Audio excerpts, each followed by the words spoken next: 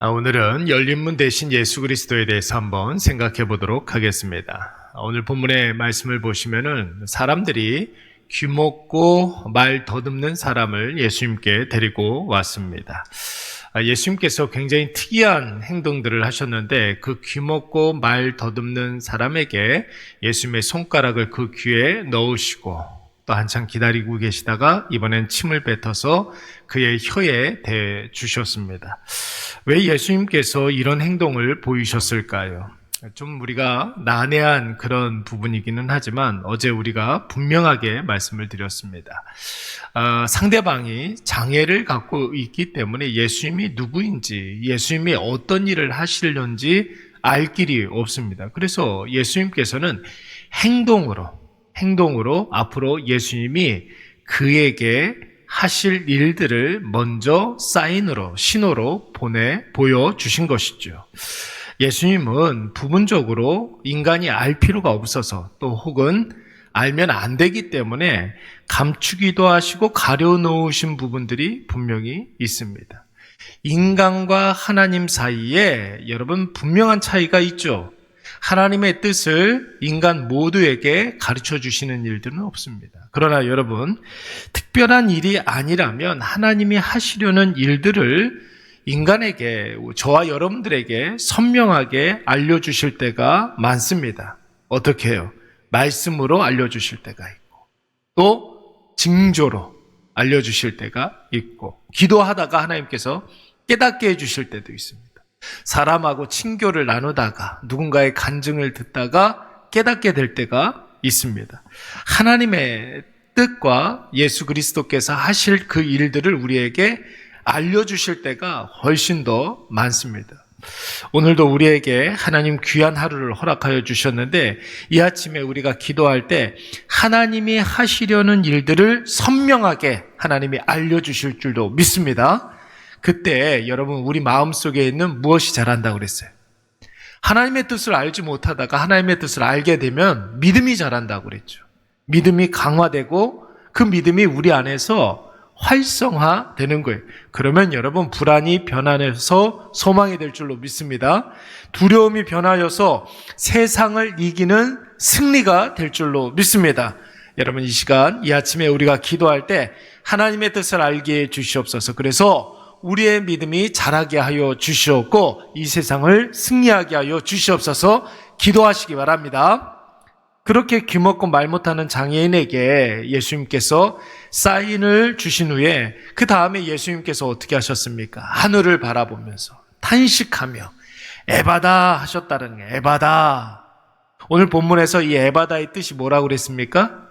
열리라 이런 뜻이라고 그랬어요. 하나님이 하나님의 뜻을 선명하게 알려주시면 우리 안에 믿음이 강화된다고 그랬어요. 그러면 여러분 모든 막혔던 것들이 열리게 되고 묶였던 것들이 다 풀어지게 되고 답답한 모든 것들이 다 해소될 줄로 믿습니다. 열리라 예수님께서 말씀하셨기 때문에 그런 거예요. 그런데 여러분 예수님이 그곳에 모인 모든 사람들에게 다 알아듣도록 열리라 이렇게 그냥 이야기하시면 되는데 오늘 좀 어려운 말을 쓰셨죠. 근데 당시에 사람들이 자주 사용하던 에바다라는 아람 방언을 사용하셨습니다. 고침받는 당사자가 아람 방언을 쓰는 사람이어서 그런 것이 아닙니다. 아예 그냥 말 자체를 못하는 사람 아닙니까? 예수님이 유대인의 고유 방언인 이 히브리 방언을 아람 방언을 보존하기 위해서 그런 게 아니에요, 여러분. 히브리 예수님의 그 치유 방법이 좀 이렇게 다른 사람하고는 좀 다르다 이런 어떤 권위를 내세우기 위해서 이 아람 방언 어려운 말을 쓰신 것이 아닙니다. 우리는 유대인이 아니기 때문에 예수님이 왜 아람 방언을 사용하셨을까? 좀 그거에 대해서 의문을 품고 고민하지만 당시에 2000년 전에 예수님과 함께 있었던 유대인들은 전혀 고민하지 않았습니다. 예수님께서 에바다 하신 그 이유를 너무나 잘 알고 있었기 때문에 그런 거예요. 왜 그렇습니까? 구약 이사야 선지자가 메시아가 이 땅 가운데 오시면 막혔던 모든 것들을 열어주신다라는 그런 의미의 에바다라는 그런 말을 이미 사용했기 때문에 그런 거예요. 유대인들은 에바다 하면은 그분이 누구인지를 아는 거예요. 이사야서 35장 말씀해 보시면 5절에 여러분 뭐라고 그랬습니까? 맹인의 눈이 밝아질 것이며 못 듣는 자가 귀가 어떻게 될 것이다? 열릴 것이다. 그래서 이때 썼던 말이 에바다예요. 에바다. 6절 말씀에서는 뭐라고 그랬습니까? 저는 자는 사슴과 같이 뛰게 될 것이며 말 못하는 자의 혀가 뭐 한다고요? 찬양한다고 그랬어요. 말 못하는 자의 혀가 찬양한다고 했습니다. 예수님이 그래서 에바다라고 했을 때 구약 성경에서 예언한 메시아를 기다리고 있는 유대인들은 이사야 선지자의 말을 떠올리면서 예수님이 누구인지를 알아차리게 된 거예요. 아, 예수님께서 이 땅 가운데 구원자로 오신 메시아시구나. 예수님께서 우리의 모든 맺혔던 것들을 풀어주시는 열린 문 되시는 예수님이시구나. 이것을 확신한 줄로 믿습니다. 사랑하는 여러분, 우리 인생의 모든 문제의 구원자는 오직 예수님 한 분밖에 없는 줄로 믿습니다. 지금 막혔다고 한숨 쉬는 그 일들, 여러분 예수님을 그 문제에다가 이렇게 대입을 해 보십시오. 그러면 실마리가 풀리고 솟아날 구멍이 보일 줄로 믿습니다. 우리의 살면서 계속되는 한숨이 늘어나고 걱정과 근심이 많아지는 이유가 무엇입니까? 왜 걱정하십니까? 왜 힘들어하십니까? 여러분, 내 앞에 있는 그 문제를 내가 해결하려고 그러니까 그런 거예요. 내가 노력해서 그 문제를 해결하려고 하니까 그 문제에 대한 염려와 걱정이 앞서게 되는 것입니다. 세상의 방법들을 대입하니까, 사람들이 하는 말들을 대입해 보니까 여러분 그 문제가 점점 복잡해 보이는 거고 그 문제의 사슬에 묶이게 되는 것이죠. 종종 예수 그리스도가 우리 모든 문제의 마스터키다 이런 이야기 많이 하지 않습니까? 그냥 우리가 맹목적으로 수사적으로 예수님을 그렇게 표현하는 것이 아니라 예수 그리스도 우리에게 생명을 주셨잖아요. 지금도 우리와 함께 하시면서 은혜를 부어주고 계시지 않습니까? 그러면서 우리를 구원의 길로 인도하시지 않습니까? 아멘? 그러면서 예수님께서 우리와 함께 하시기 때문에 막힌 담도 뚫어주시고 맺힌 것도 풀어주시고 인생길에 놓인 모든 걸림돌, 장애물, 웅덩이 다 피해가게 해 주시는 줄로 믿습니다. 지금 우리가 그렇게 살아왔잖아요, 여러분. 그러니까 내 앞에 있는 그 문제를 여러분 사람을 갖다 대입하지 마시라고요. 예수 그리스도를 갖다가 대입해 보면 풀려요. 그리고 받아들이면 되는 것입니다. 예수 그리스도를 대입해 보고 예수 그리스도께서 하신 말씀으로 그 문제를 풀어야지 여러분 그 말씀들을 자꾸만 거부하고 내 감정과 내 뜻과 내 성격과 내 성향을 갖다 대면 여러분 문제는 점점 어려워질걸요? 힘들어질걸요? 막 우울해질걸요? 그것 때문에 두려워질걸요? 그것 때문에 공포에 사로잡혀서 밤잠을 설치는 일들이 분명히 있을 것입니다. 나중에 생각해보면 야, 내가 아무것도 아닌 문제를 가지고서 그렇게 밤잠을 설쳤구나. 이런 생각이 들게 될 것입니다. 우리가 너무나 좋아하는 말씀, 고린도전서 10장 13절 말씀 보시면 뭐라고 그랬습니까? 감당하지 못할 시험 당함을 허락치 않는다고 그랬어요. 예수님께서 해결해 주신다는 거예요. 시험 당할 즈음에 피할 길을 내주신다고 했습니다. 요한계시록에서도 예수님을 어떻게 표현하고 있습니까?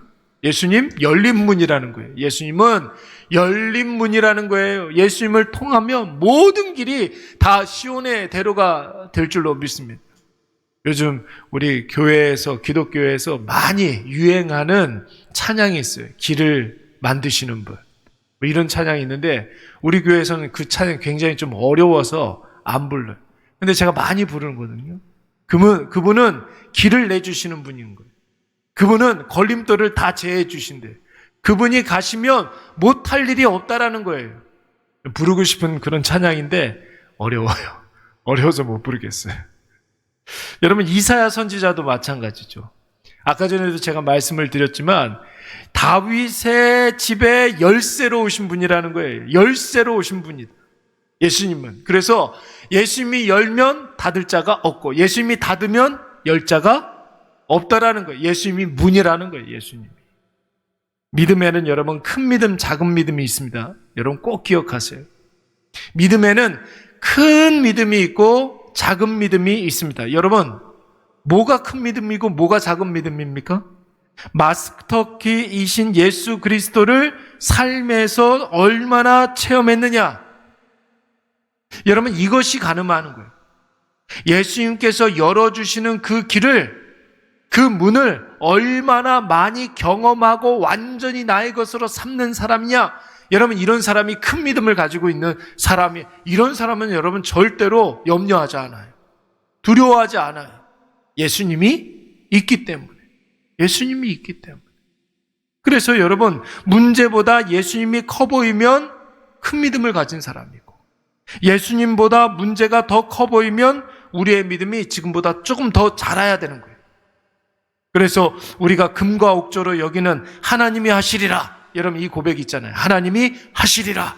여러분 이 고백이 내 삶에 절절하게 다가오면 우리의 믿음이 지금 계속해서 성장하고 있는 거예요.